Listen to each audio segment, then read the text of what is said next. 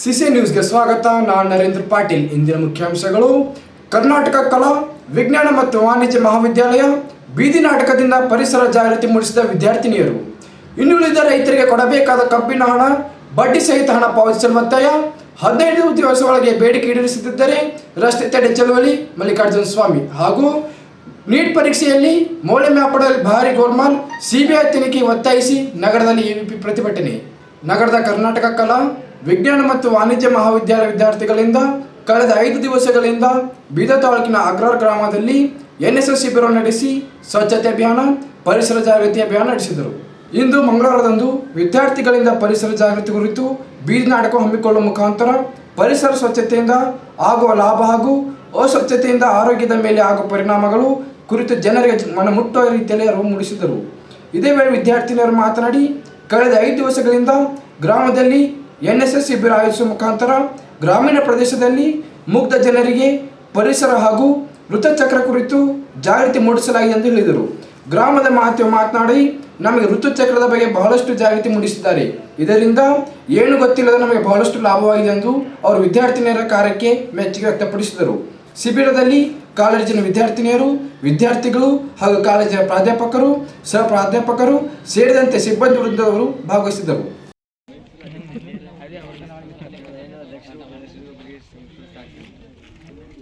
ಸ್ವಲ್ಪ ಅವೇರ್ನೆಸ್.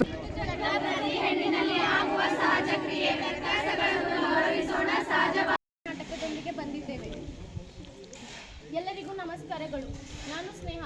ಇದು ನನ್ನ ಗುಂಪು. ನಾವು ಕರ್ನಾಟಕ ಕಲಾ ವಿಜ್ಞಾನ ಮತ್ತು ವಾಣಿಜ್ಯ ಮಹಾವಿದ್ಯಾಲಯದ ವಿದ್ಯಾರ್ಥಿಗಳು. ನಾವೆಲ್ಲರೂ ನಿಮಗಿಂದು ಋತುಚಕ್ರದ ಬಗ್ಗೆ ಅರಿವು ಮೂಡಿಸಲು ಒಂದು ಸಣ್ಣ ಬೀದಿ ನಾಟಕದೊಂದಿಗೆ ಬಂದಿದ್ದೇವೆ. ಆ ಬೀದಿ ನಾಟಕದ ಮೊದಲನೇ ಭಾಗ.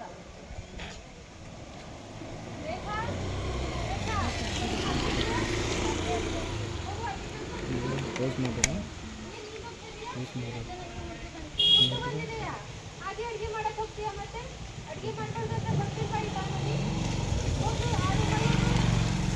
ಯಾವ ವಸ್ತು ಕೂಡ ಹೋಗ್ಬೇಡ. ಹಾಗೆ ಅಡುಗೆ ಮನೆ ಮತ್ತು ಪೂಜೆ ಹೋಗ್ಕೊಂಡು ಬರ್ಬೇಡ. ಹೋಗು, ತಂದ್ಕೊಟ್ಟಾಗ ಅಷ್ಟೇ ಊಟ ಮಾಡಿ ಹೋಗು.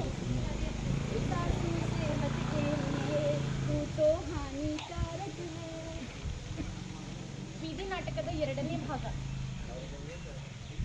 ಗುಡ್ ಮಾರ್ನಿಂಗ್ ಮಗಳೇ. ಗುಡ್ ಮಾರ್ನಿಂಗ್ ಅಮ್ಮ. ಅಮ್ಮ ನಿನಗೆ ಏನು ಬಂದಿದೆ? ಹೌದಾ? ಓ, ನನ್ನ ಮಗಳು ದೊಡ್ಡವಳಾಗಿದ್ದಾಳೆ. ಸರಿ, ಅಮ್ಮ ಈ ಕಾಲನ್ನು ಹೇಗೆ ಯೂಸ್ ಮಾಡಬೇಕಂತ ಹೇಳ್ಕೊಡ್ತೀನಿ. ಗೊತ್ತಮ್ಮ, ಇದನ್ನು ಹೇಗೆ ಬಳಸಬೇಕು? ಹೌದಾ? ನಿನಗೆ ಹೇಗೆ ಗೊತ್ತು? ನನ್ನ ಶಾಲೆಯಲ್ಲಿ ಮೊದಲು ಸಹ ಹೇಳಿಕೊಟ್ಟಿದ್ದಮ್ಮ. ಮತ್ತೆ ನೀನು ಸಹ ಆವಾಗ ಹೇಳಿಕೊಟ್ಟಿದ್ದೆ. ಸರಿ ಅಮ್ಮ, ಹೋಗಿ ಸ್ನಾನ ಮಾಡಿ ಇದನ್ನು ಯೂಸ್ ಮಾಡು. ಸರಿ. ನಾವೆಲ್ಲರೂ ಗಮನಿಸಿದಂತೆ ಭಾಗ 1 ಮತ್ತು ಭಾಗ 2 ನೋಡಿದಾಗ ಭಾಗ 1ರಲ್ಲಿ ಋತುಚಕ್ರವನ್ನು ಅಶುದ್ಧವಾಗಿ ಪರಿಗಣಿಸಲಾಗಿದೆ. ಅದೇ ಭಾಗ 2ರಲ್ಲಿ ಸಹಜವಾಗಿ ಸ್ವೀಕರಿಸಲಾಗಿದೆ. ನಮ್ಮ ಪೂರ್ವಜರು ಯಾವುದೇ ರೀತಿಯಲ್ಲಿ ಋತುಚಕ್ರವನ್ನು ಅಶುದ್ಧವಾಗಿದೆ ಎಂದು ಹೇಳಿಲ್ಲ. ಋತುಚಕ್ರದ ಸಮಯದಲ್ಲಿ ಮಹಿಳೆಯು ಕೆಲಸ ಮಾಡಲು ಸಾಮರ್ಥ್ಯ ಇರುವುದಿಲ್ಲ. ಅವಳು ನಿಶಕ್ತಳಾಗಿರುತ್ತಾಳೆ ಎಂದು, ಅವಳು ವಿಶ್ರಾಂತಿ ಪಡೆಯಲೆಂದು ಅವಳಿಗೆ ಯಾವುದೇ ಕೆಲಸ ಮಾಡದಂತೆ ದೂರವಿಡುತ್ತಿದ್ದರು. ಅದೇ ರೀತಿ ಭಾಗ 2ನ್ನು ನೋಡಿದಾಗ ಋತುಚಕ್ರವನ್ನು ಸಹಜವಾಗಿ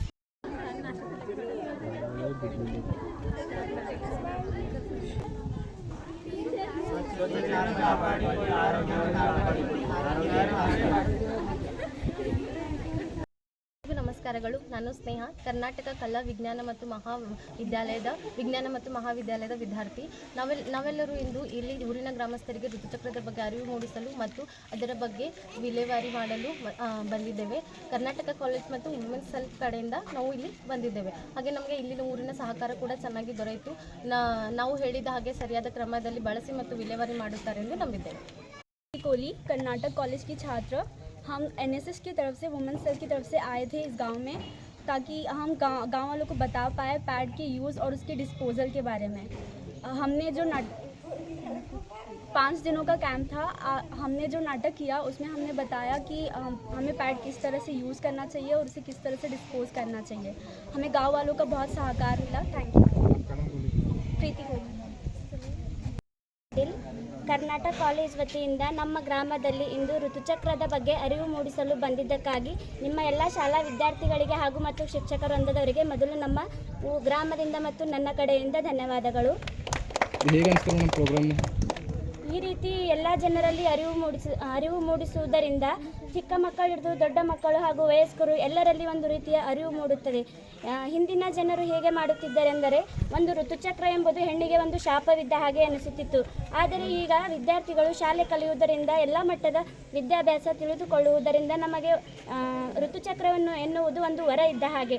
ಹೆಣ್ಣು ಋತುಚಕ್ರ ಆದಾಗಲೇ ಅವಳು ಸಂಪೂರ್ಣ ಹೆಣ್ಣು ಎಂದು ಅನಿಸಿಕೊಳ್ಳುವುದು.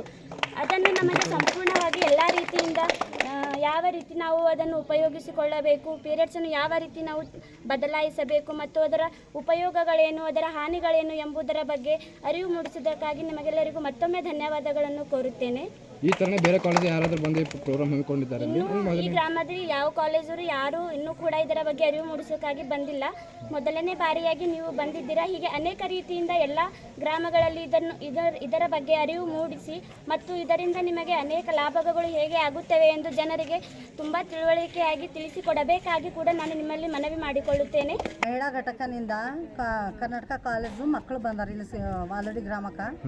ಅದ್ರ ಬಗ್ಗೆದಾಗ ಏನಂತಂದ್ರೆ ನಮಗೆ ಮಾಹಿತಿ ತಿಳಿಸ್ಯಾರ. ಏನಂತ ಅಂತಂದ್ರೆ ಇದೇ ಹೆಣ್ಮಕ್ಳು ಪ್ಯಾಡ್ ಯಾವ ರೀತಿ ಯೂಸ್ ಮಾಡಬೇಕು, ಯಾವ ರೀತಿಗಿಲ್ಲ.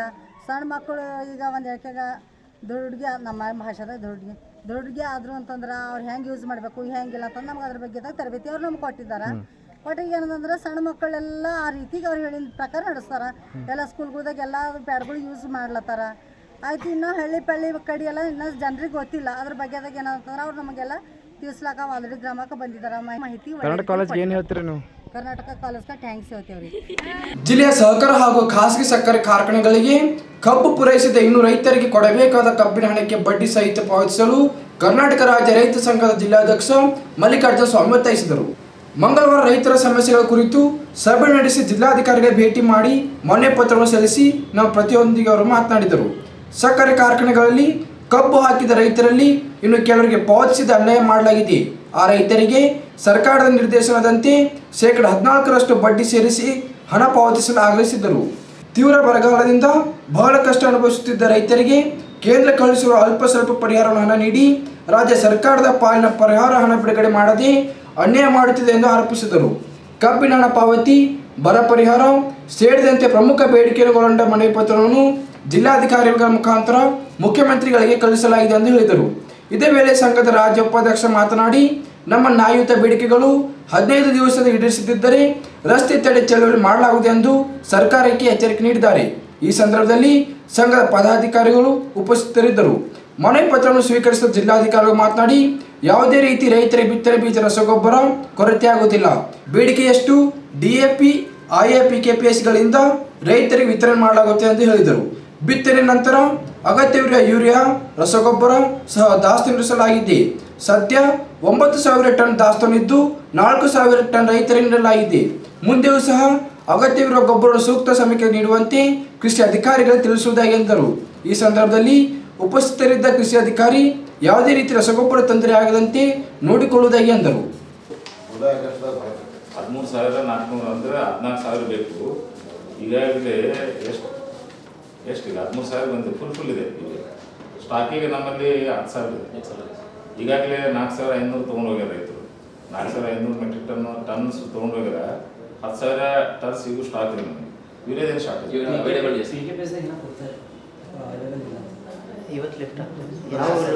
ಯಾವ್ದು ಯೂರಿಯಾನೋ DAPನೋ?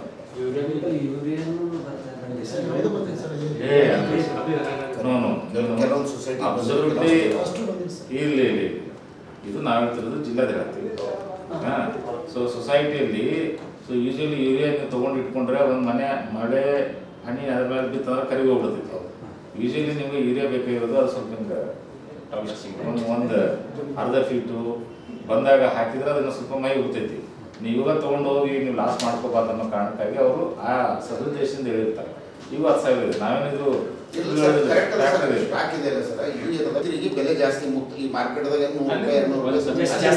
ಸಪ್ಲೈ ಅನಿಸಿ ಅಂದ್ರೆ ಕರೆಕ್ಟ್ ರೇಟ್ ಸರ್. ಈಗ ನಮ್ಮ ಫೆಡರೇಷನ್ ಅಲ್ಲಿ ಇದರಲ್ಲೂ ಕೂಡ ಸ್ಟಾಕ್ ಇದೆ ಸರ್. ಸ್ಟಾಕ್ ಇಟ್ಟಿದೆ. ನೀವು ಏನಾದ್ರೆ ಆ ಸೊಸೈಟಿ ಕಳಿಸ್ತೀವಿ. ಈಗ ನಮ್ಗೆ ಏನಂದ್ರೆ ಸರ್, ಈಗ ಫಸ್ಟ್ DAP ಇಂಪ್ಲಿಮೆಂಟ್ ಆದ್ಮೇಲೆ ನಾವು ಸೋಯಿಂಗ್ ಬಿತ್ತನೆ ಆದ್ಮೇಲೆ ಸರ್ ನೆಕ್ಸ್ಟ್ ಈಗ ಟಾಪ್ ಡ್ರೆಸ್ಸಿಂಗ್ ಹೇಳ್ತೀವಿ ಸರ್. ಅವಾಗ ಏನ್ ಮಾಡ್ತೀವಿ ಸರ್, ಇದೇ DCC ಬ್ಯಾಂಕ್ ಗೊಬ್ಬರ ಪಾಕ್ಸ್ ಮುಖಾಂತರ ತಗೋತಾರೆ.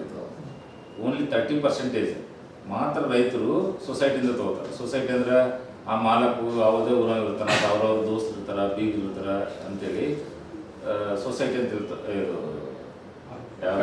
ಡೀಲರ್ಸ್ ಅಂತ ಹೇಳ್ತಾರೆ. ನಮ್ಮ ಜಿಲ್ಲೆಯಲ್ಲಿ 70% ಇಲ್ಲಿಂದ ತೊಗೋತಾರೆ.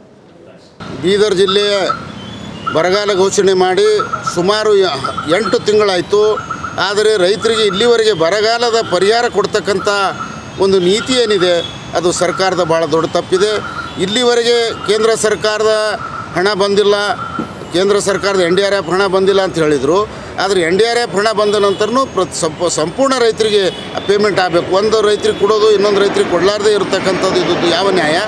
ಅದೇ ರೀತಿ ಕೇಂದ್ರ ಸರ್ಕಾರದ ಜೊತೆ ರಾಜ್ಯ ಸರ್ಕಾರದ NDRF ಹಣ ಇವತ್ತು ಹಿಂದೆ ಬೊಮ್ಮಾಯಿ ಸರ್ಕಾರ ಇದ್ದಾಗ ಅವಾಗ ಅತಿವೃಷ್ಟಿ ಮತ್ತು ಬರಗಾಲ ಆದಾಗ NDRF ಜೊತೆ SDRFದು ಹಣವನ್ನು ಕೊಟ್ಟಿದ್ದರು.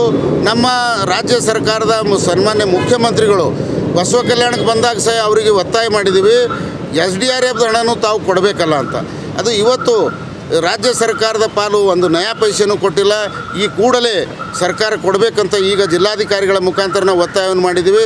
ಅದೇ ರೀತಿ ಕಬ್ಬಿನ ಪೇಮೆಂಟು ಇವತ್ತು ಸರ್ಕಾರದ ಸಕ್ಕರೆ ನೀತಿ ಏನಿದೆ, ಶುಗರ್ ಕಮಿಷನ್ ಪಾಲಿಸಿ ಏನಿದೆ, ಯಾವ ಕಾರ್ಖಾನೆಗಳು 14-15 ದಿವಸ ಒಳಗಾಗಿ ರೈತರಿಗೆ ಪೇಮೆಂಟ್ ಮಾಡೋದಿಲ್ಲ. ಅದರ ನಂತರ 14% ಇಂಟ್ರೆಸ್ಟ್ ಹಾಕಿ ಕೊಡಬೇಕಂತ ಕಾನೂನಿದೆ. ಆದರೆ ಆ ಕಾನೂನು ಅಲ್ಲೇ ಫೈಲ್ ಮುಚ್ಚಿಟ್ಟಿದ್ದಾರೆ.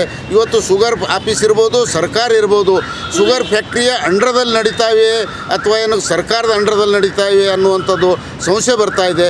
ಇವತ್ತು 70-80% ರೈತರದ್ದು ಪೇಮೆಂಟ್ ಇಲ್ಲಿವರೆಗೆ ಮಾಡಿವೆ ಅನ್ನುವಂಥದ್ದು ಜಿಲ್ಲಾಧಿಕಾರಿಗಳ ಮುಖಾಂತರ ಮಾಹಿತಿ ಕೊಟ್ಟಿದ್ದರು. ಆದರೆ ಉಳಿದ 20 ಜನರಿಗೆ ಅದು ಯಾವ ನ್ಯಾಯ? ಅವ್ರಿಗೆ ಯಾಕೆ ಇಲ್ಲಿವರೆಗೆ ಕೊಟ್ಟಿಲ್ಲ ಅಂದಾಗ 14% ಇಂಟ್ರೆಸ್ಟ್ ಹಾಕಿ ಕೊಡ್ತಕ್ಕಂಥ ಕಾನೂನು ಕಟ್ಟುನಿಟ್ಟಿನ ಜಾರಿಗೆ ತರಬೇಕಂತ ನಾವು ಜಿಲ್ಲಾಧಿಕಾರಿಗಳ ಮುಖಾಂತರ ತಮ್ಮ ಮಾಧ್ಯಮದ ಮುಖಾಂತರ ಮುಖ್ಯಮಂತ್ರಿಗಳಿಗೆ ಒತ್ತಾಯ ಮಾಡ್ತಾ ಇದ್ದೀವಿ. ಅದೇ ರೀತಿ ಇವತ್ತು ಬೀಜದಲ್ಲಿ ಕೃಷಿಯಲ್ಲಿ ಜಾತಿ ತರ್ತಾ ಇದ್ದಾರೆ. ಕೃಷಿ ಮಾಡ್ತಕ್ಕಂಥದ್ದೇ ಒಂದು ಜಾತಿ. ಅದಕ್ಕೆ ರೈತರಿಗೆ ಅಲ್ಲಿ ಸಣ್ಣ ರೈತ ದೊಡ್ಡ ರೈತ ನೀವೇನು ಮಾಡ್ತಾಯಿದ್ರಿ ಅದರದ್ದು ನಾವು ವಿರೋಧ ಮಾಡ್ತಾಯಿಲ್ಲ. ಮೊದಲೇನು ಸಣ್ಣ ರೈತರು ಅಂತ್ರಿ, ಅಲ್ಲಿ ಜಾತಿಯನ್ನು ತೆಗೆದು ಎಲ್ಲ ರೈತರಿಗೆ ಒಂದೇ ಸಮನಾದ ರಿಯಾಯಿತಿ ಕೊಡ್ತಕ್ಕಂಥದ್ದು ಮಾಡಿದಾಗ ಮಾತ್ರ ನಮ್ಮ ಕೃಷಿ ಉಳಿಬೋದು. ಎಷ್ಟೋ ಜನರು ಇವತ್ತು ಕೃಷಿಯನ್ನು ಬಿಟ್ಟು ಸಿಟಿ ಕಡೆ ಹೋಗ್ತಾ ಇದ್ದಾರೆ. ಕಾರಣ ಇವತ್ತು ಬ್ರಾಹ್ಮಣನ, ಲಿಂಗಾಯತನ, ಮರಾಠನ, ST SC ಈ ರೀತಿ ಬೇಡ, ಕೃಷಿ ಮಾಡುವುದೇ ಒಂದು ಜಾತಿ. ಈಗ ಉದಾಹರಣೆಗಾಗಿ ಸರ್ಕಾರದಲ್ಲಿರ್ತಕ್ಕಂಥ ಮಂತ್ರಿಗಳು, ಶಾಸಕರು ತಾವು ಎಲ್ಲ ಜಾತಿ ಆಧಾರಿತ ಸಂಬಳ ತೊಗೋತಾಯಿದ್ರು ಅಥವಾ ಏನೋ ಹುದ್ದೆ ಆಧಾರಿತ ತೊಗೋತಾಯಿದ್ರು ಅನ್ನುವಂಥದ್ದು ಮೊದಲು ಪರಾಮರ್ಶೆ ಮಾಡಿಕೊಂಡು ಕೃಷಿ ಉಳಿಬೇಕು, ದೇಶದ ಅನ್ನದಾತ ಬದುಕಬೇಕಂದಾಗ ಕೃಷಿಯಲ್ಲಿ ಏನಿದೆ ಆ ರಿಯಾಯಿತಿಯಲ್ಲಿ ಒಂದೇ ಥರನಾದ ರಿಯಾಯಿತಿಯನ್ನು ಕೊಡ್ರಿ ಅನ್ನುವಂಥದ್ದು ಒತ್ತಾಯವನ್ನು ಮಾಡ್ತಾಯಿದ್ದೀವಿ. ತಮ್ಮ ಹೆಸರು? ಮಲ್ಲಿಕಾರ್ಜುನ ಸ್ವಾಮಿ, ರೈತ ಸಂಘ ಬೀದರ್ ಜಿಲ್ಲಾ ಅಧ್ಯಕ್ಷ. ತಮಗೆ ನಾವು ಒಂದೇ ಒಂದು ಸಲಹೆ ಕೊಡೋದು ಏನು ಅಂದ್ರೆ, ನಮ್ಮ ರೈತರ ಮೇಲೆ ಇಷ್ಟು ಅನ್ಯಾಯ ಆಗ್ಲತ್ತದ ಆದ್ರೆ ಭೀ ಸರ್ಕಾರ ಕಣ್ಣು ಮುಚ್ಕೊಂಡು ಕುಂತದ. ಯಾಕಂದ್ರೆ ಸಿದ್ದರಾಮಯ್ಯ ಅವರೇ ಒಂದು ಆರ್ಡರ್ ಮಾಡಿದ ಕಾಪಿನೂ ನಮ್ಮಲ್ಲಿ ಇದೆ, ಆದ್ರೂ ಅದು ಕಾರ್ಯರೂಪಕ್ಕೆ ಬರ್ತಾ ಇಲ್ಲ. ಅದಕ್ಕೆ ಅದ್ರ ಸಲುವಾಗಿ ನಾವು ಅವ್ರಿಗೆ ಸೂಚನೆ ಏನು ಕೊಡೋದ, ಅಗರ್ಸೆ ನಮ್ಮ ಡಿಮ್ಯಾಂಡ್ಗಳು ಅಗರ್ಸೆ ಇವ್ರು ಒಪ್ಪಲ್ಲಿ ಹೋದ್ರು ಅಂದ್ರೆ 15 ದಿನದ ಒಳಗಾಗಿ ನಾವು ರಸ್ತಾ ರೋಕೋ ಕೆಲಸ ಮಾಡಬೇಕಾಗ್ಯದ. ನಮ್ಗೆ ಈಗ ಆ ಫಂಕ್ಷನ್ಗೆ ಇಳಿಬೇಕಾಗ್ಯದ. ಅದಕ್ಕೆ ದಯಮಾಡಿ ಆ ಕೆಲಸಕ್ಕೆ ನಾವು ಒಪ್ಪಿಸಬೇಡ್ರಿ ನಮಗೆ. ಯಾಕಂದ್ರೆ ನೀವು ತಾರತಮ್ಯ ಭಾಳಷ್ಟು ಮಾಡ್ತಾಯಿದ್ದೀರಿ, ನಾವು ಅನುಭವ್ಕೊಂಡು ಮಾಡ್ಕೊಂಡು ಸುಮ್ಮನೆ ಕುಂತಿದ್ದೆವು. ಆದರೆ ಯಾಕಂದ್ರೆ ಸುಮ್ಮನೆ ಕುಂತಿದ್ದೇವೆ ಅಂದ್ರೆ ಸರ್ಕಾರಕ್ಕೆ ಸೂಚನೆ ಒಂದು ಆದೇಶ ಮಾಡ್ತದೆ ಒಂದು, ಆದ್ರೆ ಕಾರ್ಯರೂಪಕ್ಕೆ ತರಲ್ಲ. ಈಗ ಮೊನ್ನೆ CM ಅವರು ನಮಗೆ ಬೀದರ್ ಜಿಲ್ಲೆಗೆ ಬಂದಾಗ ಏನು ಆದೇಶ ಕೊಟ್ಟರು, ನಿಮ್ಮ ಹಕ್ಕುಪತ್ರಿಕೆ ಏನು ಸರ್ಕಾರ ಏನು ಕೊಟ್ಟದ ಅದು ನಾವು ಒಂದು 8 ದಿನದ ಒಳಗಾಗಿ ನಾವು ನಿಮಗೆ ಕಾರ್ಯರೂಪಕ್ಕೆ ಕೊಡ್ತಂತಂದ್ರೆ ಇವತ್ತಿನ ತನಕ ಏನೂ ಮಾಡಿಲ್ಲ. ಸರ್ಕಾರ ಯಾವ್ಯಾವ ಆದೇಶ ಮಾಡ್ತದ ಅದು ಯಾವುದೂ ಕೆಲಸಕ್ಕೆ ಬರ್ತಾಯಿಲ್ಲ. ಅದಕ್ಕೆ ದಯಮಾಡಿ ಇಂಥ ಮೋಸ ಮಾಡೋಂಥ ಕೆಲಸ ನೀವು ಕೊಟ್ರಿ ಅಂತಂದ್ರೆ ಮುಂದೆ ಇಂಥದಕ್ಕೆ ನಾವು ಉಗ್ರವಾದ ಹೋರಾಟ ನಾವು ಮಾಡಬೇಕಾಗ್ಯದ. ದಯಮಾಡಿ ಈ ಕೆಲಸ ಮಾಡಬೇಡ್ರಿ ಅಂತ ಧನ್ಯವಾದ ಸಲ್ಲಿಸ್ತಾ ಇದ್ದೀನಿ. ಜೈ ಕರ್ನಾಟಕ. ಸೈಯದ್ ಖಾಸಿಮ್ ಅಲಿ ಆಜಾದ್, ಕರ್ನಾಟಕ ರಾಜ್ಯ ರೈತ ಸಂಘದ ರಾಜ್ಯದ ಉಪಾಧ್ಯಕ್ಷ ನಾನು. ನೀಟ್ ಪರೀಕ್ಷೆಯಲ್ಲಿ ನಡೆದಿರುವ ಅಕ್ರಮದ ತನಿಖೆಯನ್ನು CBIಗೆ ಒಪ್ಪಿಸಿ ತಪ್ಪಿಸಿದ ವಿರುದ್ಧ ಕಠಿಣ ಕ್ರಮಕ್ಕೆ ಒತ್ತಾಯಿಸಿ ಅಖಿಲ ಭಾರತೀಯ ವಿದ್ಯಾರ್ಥಿ ಪರಿಷತ್ ಜಿಲ್ಲಾ ಘಟಕದಿಂದ ನಗರದಲ್ಲಿ ಪ್ರತಿಭಟನೆ ನಡೆಸಿದರು. ಪ್ರತಿಭಟನಾ ಮೆರವಣಿಗೆ ಮುಖಾಂತರ ಜಿಲ್ಲಾಧಿಕಾರಿಗಳ ಕಚೇರಿ ತೆರಳಿ ಮನವಿ ಪತ್ರವನ್ನು ಸಲ್ಲಿಸಿದರು.